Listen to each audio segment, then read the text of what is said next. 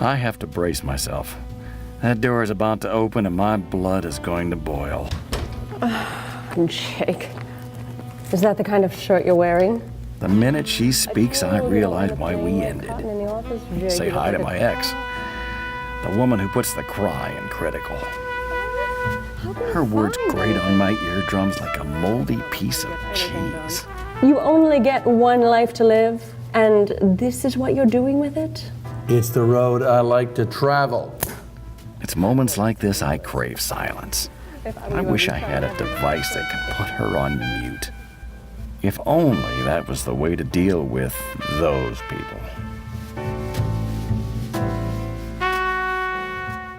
All right, good morning. Welcome to LifeBridge. My name is Grant, if we haven't met yet. And how many people have a critical person in their life? Go ahead and raise your hand. You don't have to point at them. That would be rude, but got a critical person in your life. You probably invited them to church today. Oh, you have to be here this Sunday. Anyway, we all have critical people in our life.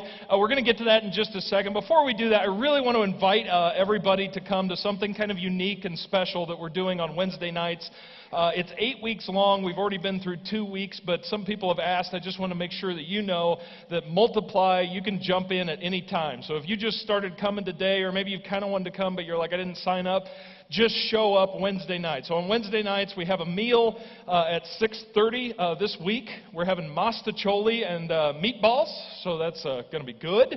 Garlic bread, I think. I can make a bunch of other promises. There'll be ice cream. I don't know what's going to be there, but it's really cool, 6:30. We fill up this room in here, and we had 150 adults in here and pack out tables, and it's just a great fast-track way to get to know other people and to just grow in your discipleship.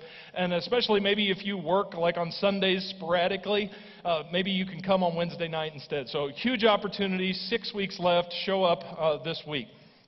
Now, back to critical people. So critical people, we would like to pretend that critical people don't really stir up deep emotion in us. We would like to pretend that critical people, when they criticize us, it's just a surface issue. And we're like, yeah, sticks and stones may break my bones, but your words will never hurt me, right? But we know that's not true. We know that when somebody criticizes us, whether we like the person or don't like the person or want to punch the person in the face, that doesn't really matter.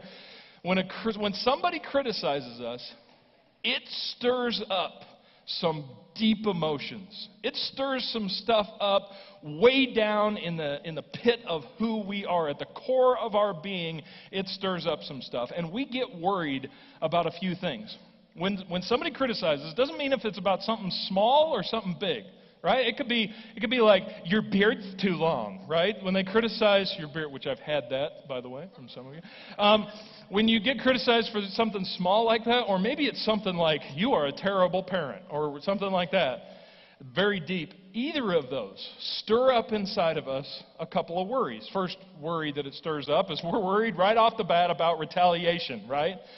Doesn't matter who you are. When somebody criticizes you, it doesn't matter who it is. When somebody criticizes you, the first thought we think is, oh, no, you just didn't, right? And it's a little weird because you're a 45-year-old man, but you're like, I'm about to pull out somebody's weave, right? That's our reaction to criticism, just right off the bat. And that's a defense mechanism. So whether we've even decided whether it's true or not, right? Maybe their criticism is completely valid and right on the money, but our first thought is to retaliate. Why? Because of our second worry, and the biggest one, is we're worried they may be right, right? If you came up to me today after the service and be like, hey, you're preaching, it's watered down, I'd be like, oh. Now, here's the thing. I think about that a lot. Because the last thing I ever want to do is pull punches. The last thing I want to do is like skip over some passages that are kind of hard to deal with. And so I don't want to be that at all. That's something I take very seriously. But even though I'm confident in that, and I think about that a lot, if you were to walk up today after the service and you were to say, your preaching's watered down, no matter how much confidence I have in that, I would go home and I would be worried that maybe you were right, and I would have to drive home and have some deep inward reflection on the way home. Now, I know what's going to happen. Everybody's going to come up to me and it's watered down. It's not going to work today, okay? So anyway, drive home, I would have to think about that. And even though I've thought about that many times, again, it stirs that up in the deepest parts of us. We're scared that they might be right. And then the third thing that we're worried about what others think. Right? So we're like, oh no, what if other people think this? Right? My reputation's on the line, and a bunch of people are going to think that I'm this, whatever the criticism is, they're going to think that I'm that person. So we go on a bench to try to defend ourselves, right? And so we're just constantly like, hey, and we overcompensate with other people, and I'm not this person, and we take criticisms of other people, and we go to other people, and we're like, well, they said this about me, but that's not true, is it? Is it? Is it? No?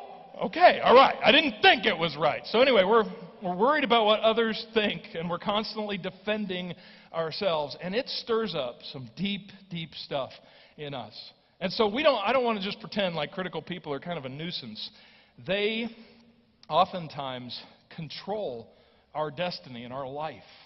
And I just want to say this: you cannot do God's will and not be criticized. Can't happen. Many of you, this has kept you from being a leader in your home, a leader at church, a leader in your community, in your office. It's kept you from being and stepping up and being that person. Why? Because every time you try to step up, you get criticized. Like, yeah, that's how it happens. You're going to be criticized no matter what happens. In fact, I got to share a concern with you that I have. LifeBridge has only been a church for about a year and a half. And as a church for a year and a half, we're thought of pretty well. We're thought of pretty well in the community and other Christians, and I've heard people talk well about us, and I don't like that. I haven't heard anybody refer to us as a cult. And that's disconcerting to me, because I am convinced you're not really doing anything unless somebody's calling you a cult. You have to, if you're going to do anything dynamic, you have to be getting criticized. So if you know of somebody out there calling us a cult or criticizing us a lot, I would love to know about it. It would do my heart so much good. Because I'm going to have to do some weird things. I'm going to have to start preaching topless or something. And funny, for most guys it would be shirtless. For me, it's topless. Anyway, you're going to be criticized. If you're doing anything good, you're going to be criticized. And so I just want you to do this with me. I just want you guys to repeat this after me, okay? Say, I will be criticized. Ready? Here we go. 1, 2, 3. I will be criticized.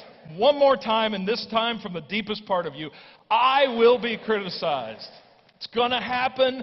Do not let it paralyze you. Do not let it keep you from doing what God wants you to do. Do not keep from moving forward because of criticism.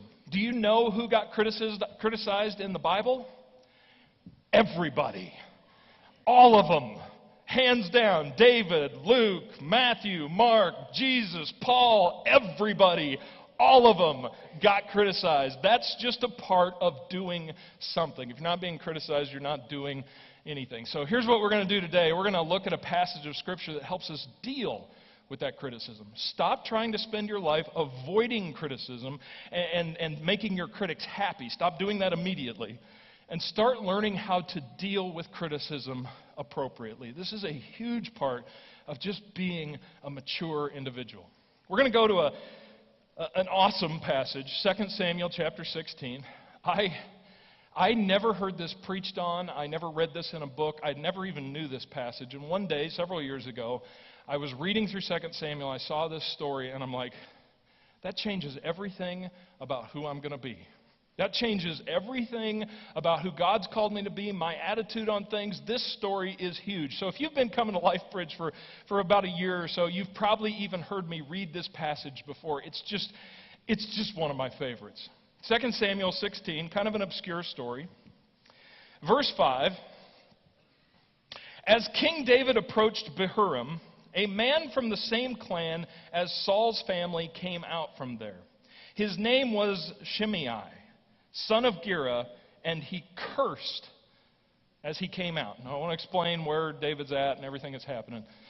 David is now king, and he has been king for quite some time. Before he was king, he spent a very long time, over 15 years, running from Saul. Saul was king, and there was this ugly thing where Saul was just trying to kill David all the time. He was just trying to kill him, and he was trying to thwart him. And David was always innocent of Saul's blood. He never attempted to kill Saul. He never tried to take the throne away from Saul. Even though Samuel had anointed David to be king, he respected, with amazing strength and ability, he respected Saul as the king of Israel, even though he was an evil moron, right? That's who David was.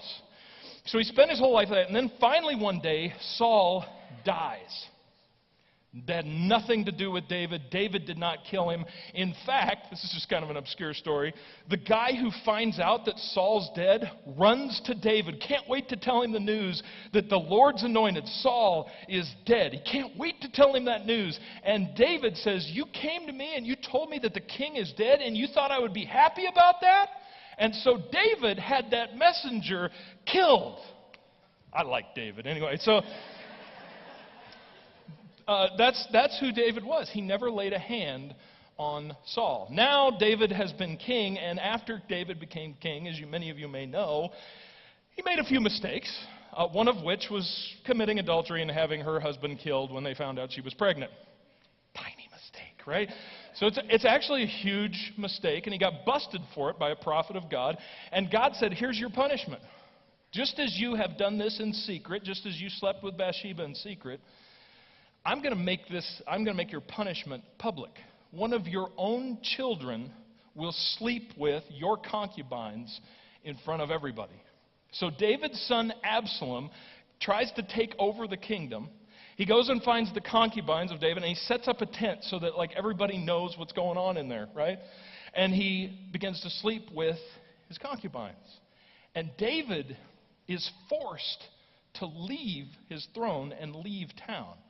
He is on his way out of town, and all of a sudden this kind of old guy that's been around for a while, part of Saul's household, comes up to him, and he begins to curse David as he's leaving.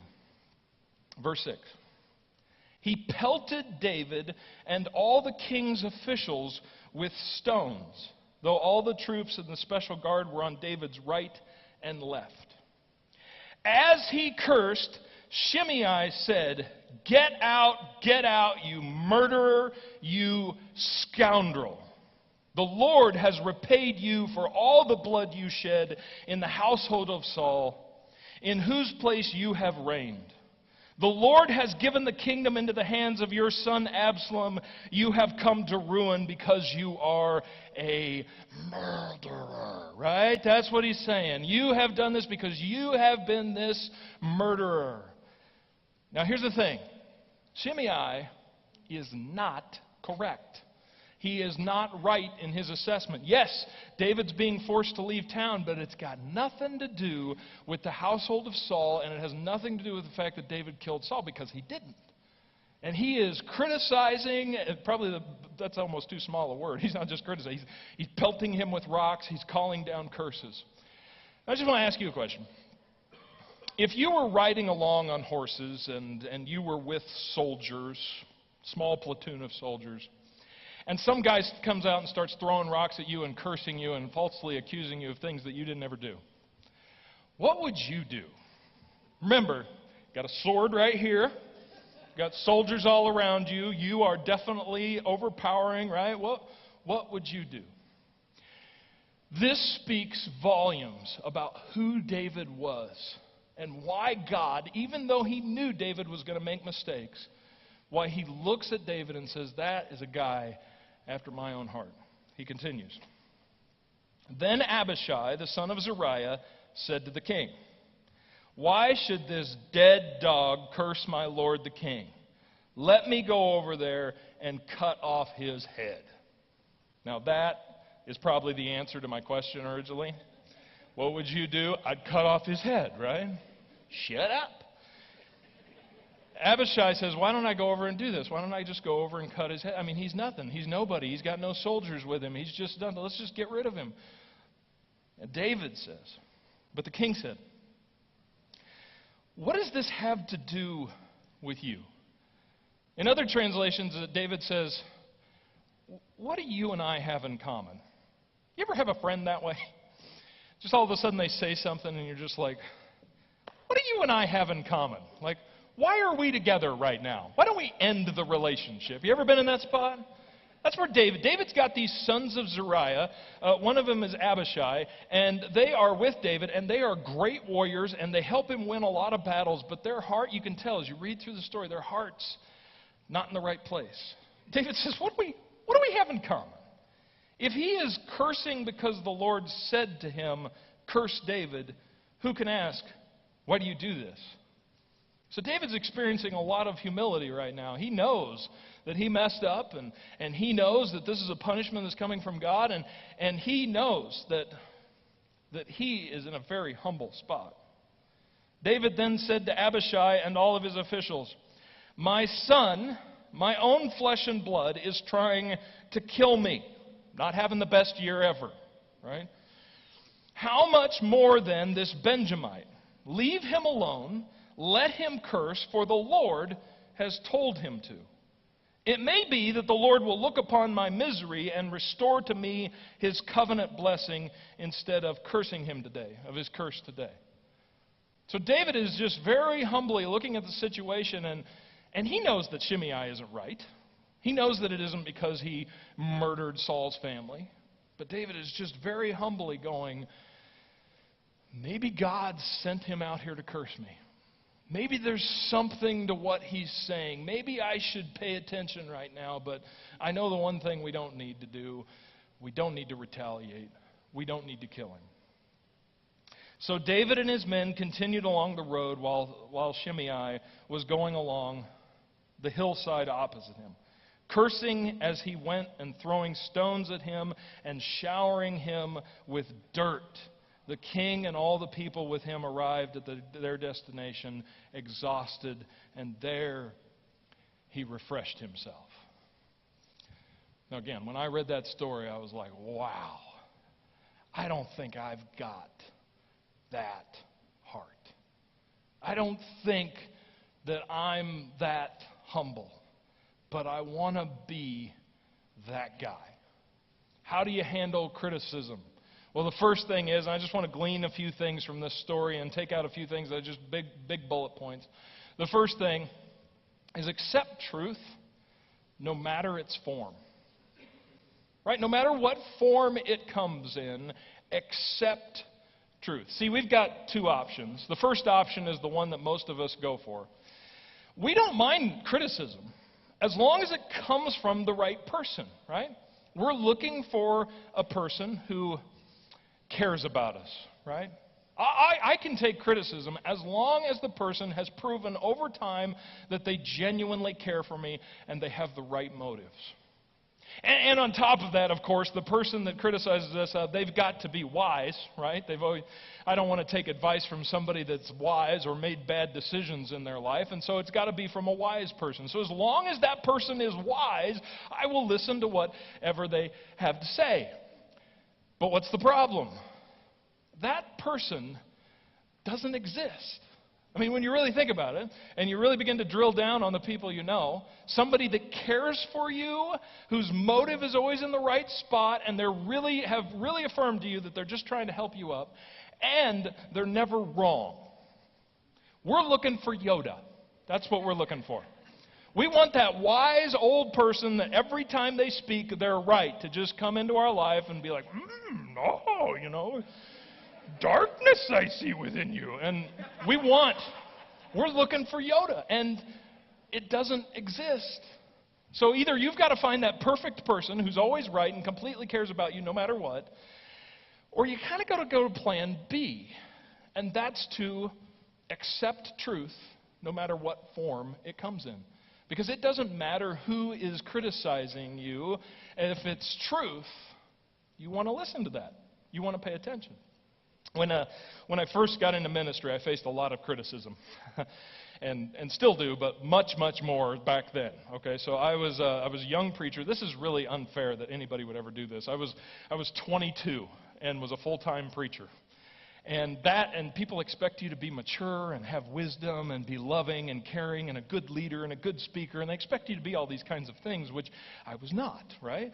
And so I faced a lot of criticism from different people. So it just got to the point where the criticism that I would face, and maybe you feel this way, the criticism that I would face was just so overwhelming. I'm like, yeah, people hate me, there's nothing to, whatever. People hate me. And because you face so much criticism, the response you usually face is, and I hate everybody, right? That's kind of... Those two go together. That's your defense mechanism kicking in. But somewhere along the line, it had everything to do with this story of David. I went, oh, it doesn't matter who it comes from. Truth is truth no matter what.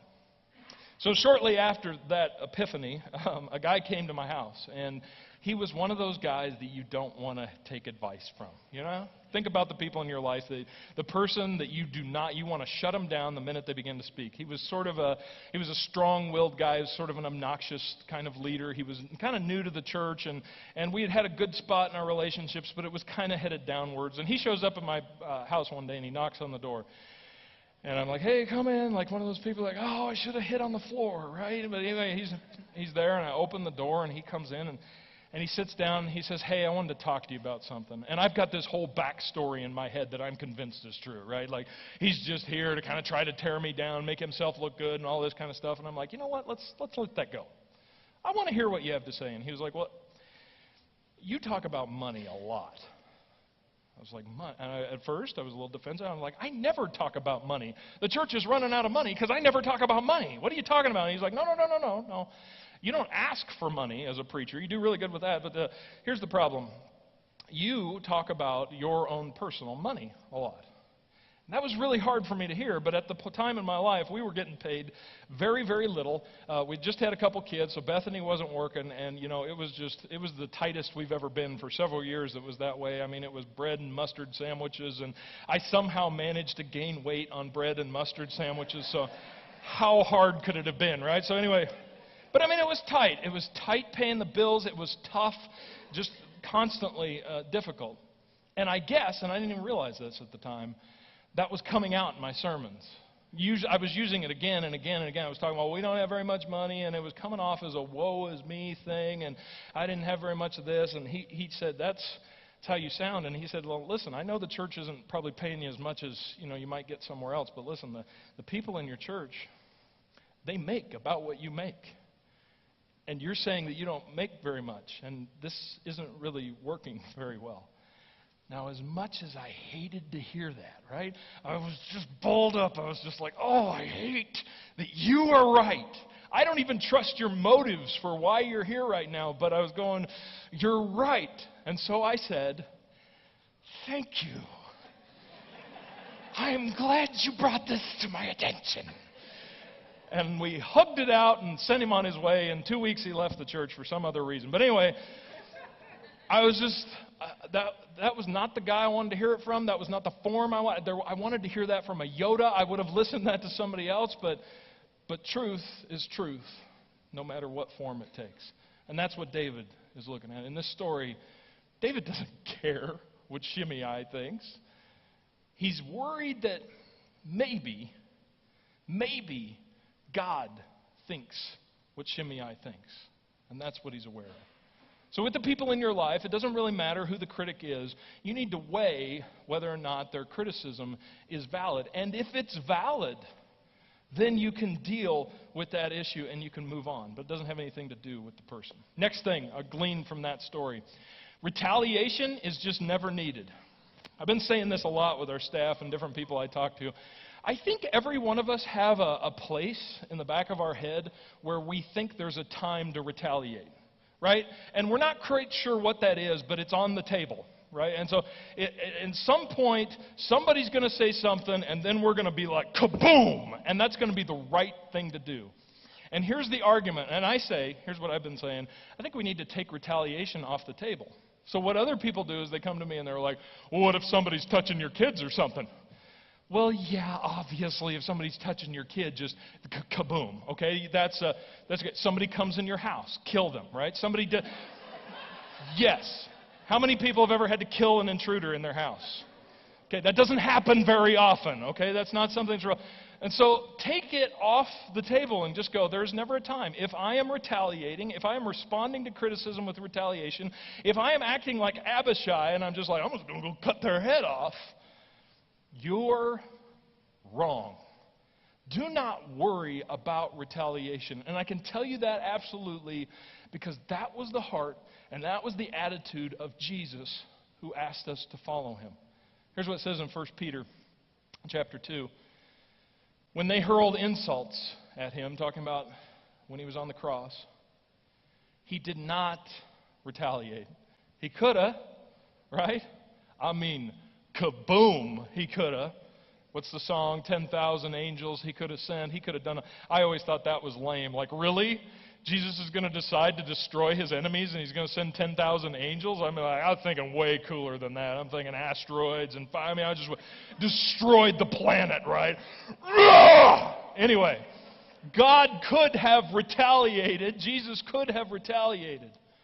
When he suffered, he made no threats. Instead, he entrusted himself to him who judges justly. He didn't worry about retaliation. He didn't worry about what they thought. He worried about one thing, what God thought. And when we face criticism, that's what we need to do. It's not really about them. It's not really about what they think. It's not what other people think. What it comes down to it is, what does God think? Which leads me to the biggest point of all.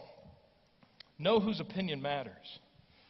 Our lives would be so different if the only opinion we genuinely cared about was God's.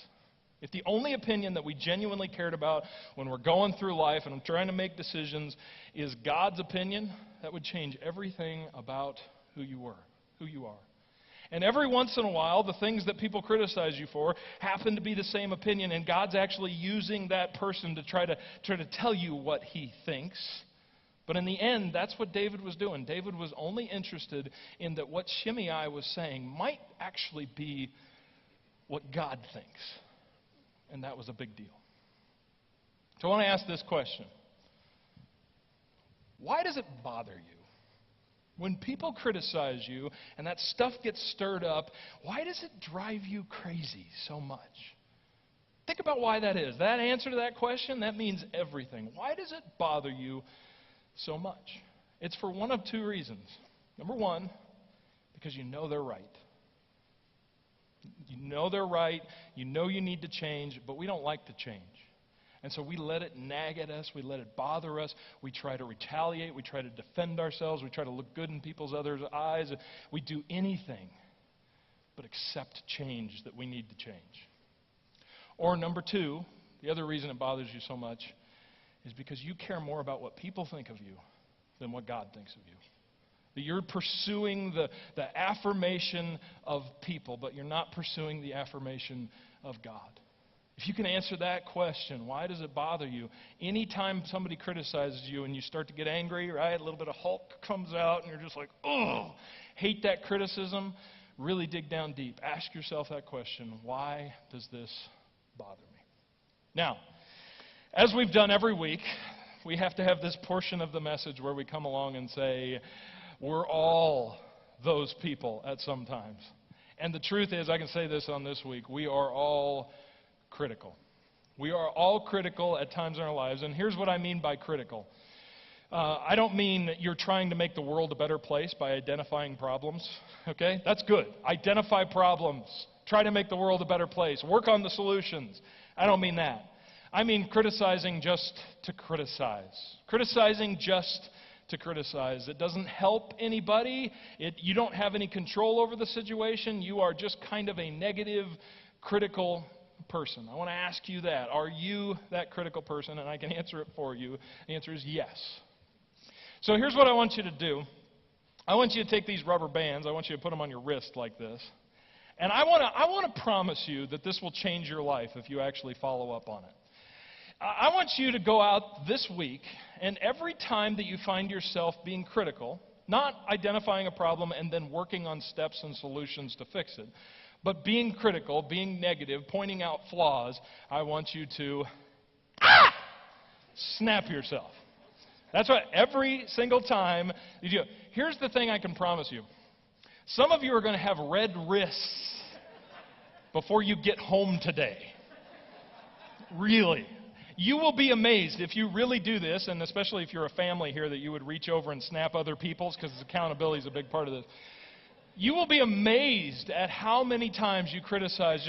Did you hear the drum solo or whatever it was? I don't know if we have drum solo. Did you hear the singer? They were a little bit off like that. And why is it so dark in this room? And anyway, didn't the preacher seem to go along? And right now, if you're thinking this rubber band thing's stupid, put it on and snap yourself.